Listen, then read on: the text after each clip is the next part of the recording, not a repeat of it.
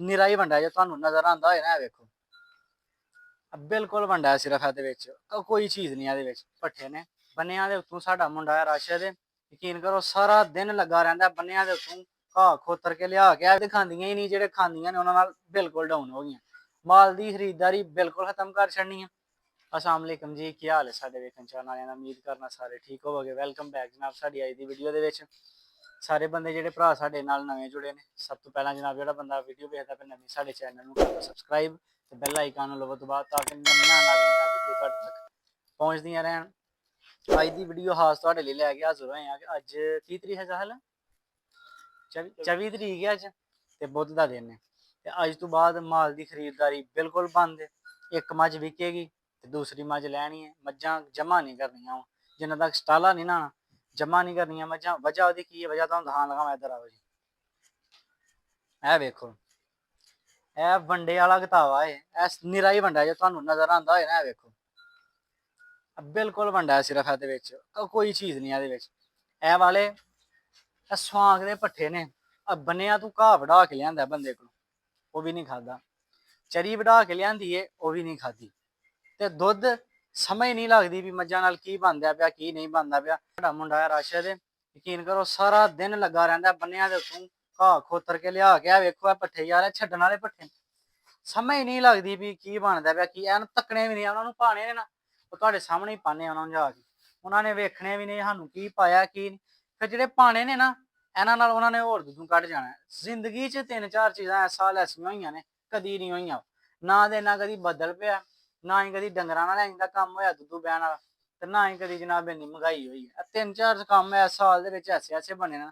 ਜ਼ਿੰਦਗੀ 'ਚ ਬੜੇ ਮਾਮਲਾਤ ਬਣੇ ਨੇ, ਲੇਕਿਨ ਡੰਗਰਾਂ ਨਾਲ ਕਦੀ ਇਸ ਤਰ੍ਹਾਂ ਨਹੀਂ ਹੋਇਆ। ਇਸ ਵਜ੍ਹਾ ਤੋਂ ਹੁਣ ਜਨਾਬ ਮਾਲ ਦੀ ਵਿਕਰੀ ਬਿਲਕੁਲ ਰੋਕਣੀ ਆ। ਵੇਖੋ ਤੁਹਾਡੇ ਸਾਹਮਣੇ ਹੀ ਹੈ, ਅੱਗੇ ਸੁੱਟਨੇ ਆ। ਉਹ ਵੇਖੋ ਜਿਹੜੀ ਉਹ ਪਰਚੀ ਪਈ ਹੈ, ਕੁੱਤਰ ਕੇ ਪਾਉਂਦੇ ਆ, ਕੁੱਤਰੇ ਨਹੀਂ ਖਾਂਦੇ। ਇਹ ਵੇਖੋ हिसाब से पाने हिसाब से नहीं खाते, पे सुक जाते हैं। रोज जनाब कढ़ के बाहर सुट्टी दें। माल की खरीददारी हूँ बिल्कुल जनाब रोक छड़नी है।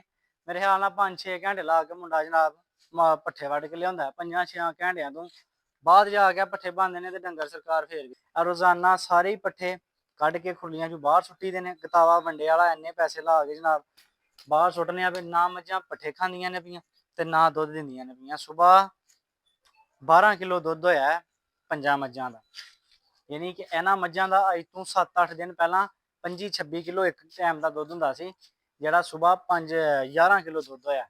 इस वजह तो मझां की जनाब खरीददारी बिल्कुल बंद है। एक मझ विके करेगी एक लैनी करनी है, एक विके करेगी एक लैनी करनी। इंशाअल्लाह ताला जो ही स्टाला आएगा ना, तो इंशाअल्लाह ताला माल 22+ 20+ डंगर 20 तो 25 कर लावांगे इंशाअल्लाह ताला, क्योंकि फायदा होएगा। फेला जेह्ड़े दिन जांदे ने ਇੰਨੇ ਕੁ ਬੁਰੇ ਦਿਨ ਨੇ, ਸਾਨੂੰ ਨਹੀਂ ਸਮਝ ਲੱਗਦੀ ਵੀ ਕੀ ਬਣਨਾ ਤੇ ਕੀ ਨਹੀਂ। ਯਕੀਨ ਕਰੋ ਉਹ 2 ਝੋਟੀਆਂ ਇੰਨੀਆਂ ਕੁ ਕਮਾਲ ਦੀਆਂ ਨੇ ਨਾ, ਵਿੱਚ ਟੱਪਰ ਝੋਟੀਆਂ ਨੇ। ਉਹ ਵਹਾ ਸਾਲ ਇਹ ਵੀ ਦਰਿਆ ਦੀ ਹੈ, ਇਹ ਵੀ ਝੋਟੀ ਦਰਿਆ ਦੀ ਆ। ਦੋਏ ਝੋਟੀਆਂ ਐਡੇ ਕੁ ਲੈਵਲ ਦੀਆਂ ਹਨ ਕਿ ਜਿੱਦਾਂ ਨਾ 2 3 ਦਿਨਾਂ ਦੀਆਂ ਸੂਈਆਂ ਹਨ। 13 12 ਕਿਲੋ ਦੁੱਧ ਸਕੂਨ ਨਾਲ ਹੱਸ ਕੇ ਦਿੰਦੀਆਂ ਹਨ ਪਈਆਂ। ਤੇ ਇਹ 4-5 ਦਿਨ ਹੋਏ ਨੇ ਪੱਠੇ ਖਾਂਦੀਆਂ ਨੇ ਪਈਆਂ। ਅਵਲ ਤੇ ਖਾਂਦੀਆਂ ਹੀ ਨਹੀਂ, ਜਿਹੜੇ ਖਾਂਦੀਆਂ ਨੇ ਉਹਨਾਂ ਨਾਲ ਬਿਲਕੁਲ ਡਾਊਨ ਹੋ ਗਈਆਂ। माल की खरीददारी बिल्कुल खत्म कर छड़नी है। एक मझ विके करेगी तो एक लैनी करनी है। जो कि थोड़ा बहुत निज़ाम चलता रहे, डेरे ते लोग आते जाते रहन, बिल्कुल खत्म नहीं करना। लेकिन यह कि हुण जमा करने वाला जो सिस्टम ही ना, वो बंद कर छड़ना। हुण कोई भरा सानू जनाब फोन ना करे कि मेरे को मझ ते आके ले लो, क्योंकि असां मझां की खरीददारी होना शुरू करनी है इंशाअल्लाह ताला स्टालियां ते तकरीबन 1 तो 1.5 महीने बाद। क्योंकि यह बहुत ही कीमती मझां, सारियां मझां दरिया दियां मंगवाइयां ने। सिर्फ एक मझ देसड़े कोल वो तीसरे सूया, वो बीमार हो गई, वो उत्थे बैठी बकाया 24 मझां। ते गाई भी जनाब उस इलाके दी। ते कोई भरा इस तो बाद जनाब फोन ना करे महीना एक साढ़े को मझ ते आके ले लो। इंशाअल्लाह ताला जो अस माल की खरीददारी शुरू करनी होगी ना, मैं बकायदा यूट्यूब पर वीडियो अपलोड करांगा। फिर जू दे विच जावांगे, फिर उत्थों जाके इंशाअल्लाह ताला खुद जाके माल खरीद के लियावांगे।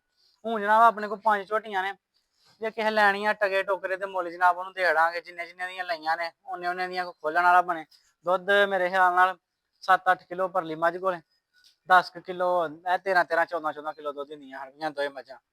10 किलो इन्हां कोल ला लो, 8 किलो इहदे कोले ते 8-9 किलो गाई कोल। जिस भरा ने हुण लैनियां उन्नै जिन्ने दियां खरीदियां ने ना जनाब उन्ने दियां दे देंगे।